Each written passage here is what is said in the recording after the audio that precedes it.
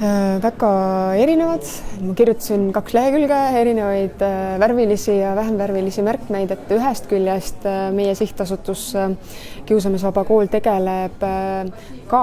osaliselt muutuse juhtimisega, ehk siis me püüame saada haridusmaastikul seda muutust, et kõik koolid pühenduvad siis kiusuennetusele ja teevad seda teadus- ja tõenduspõhiselt. Et mis need argumendid näiteks ka meie jaoks on, kui me püüame saada koolijuhte,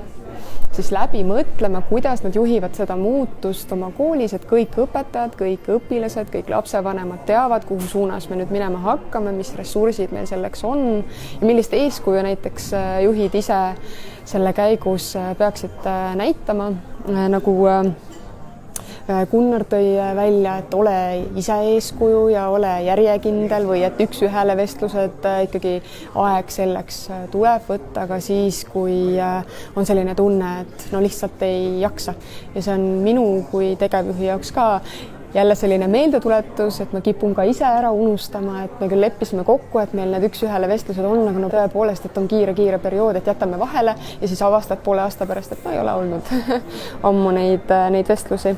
Et see jäi kõlama ja teisalt, kuna meie üks väärtusi on ka teadus- ja tõenduspõhisus, siis see, mida kuulda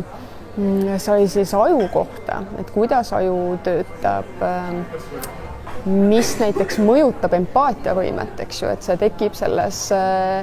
otsmikusagaras ja et millises etapis me oleme suutelised siis oma emotsioone juhtima või milliseid nippe me näiteks peame kasutama selleks, et meie kuum aju üle meist ei sõidaks.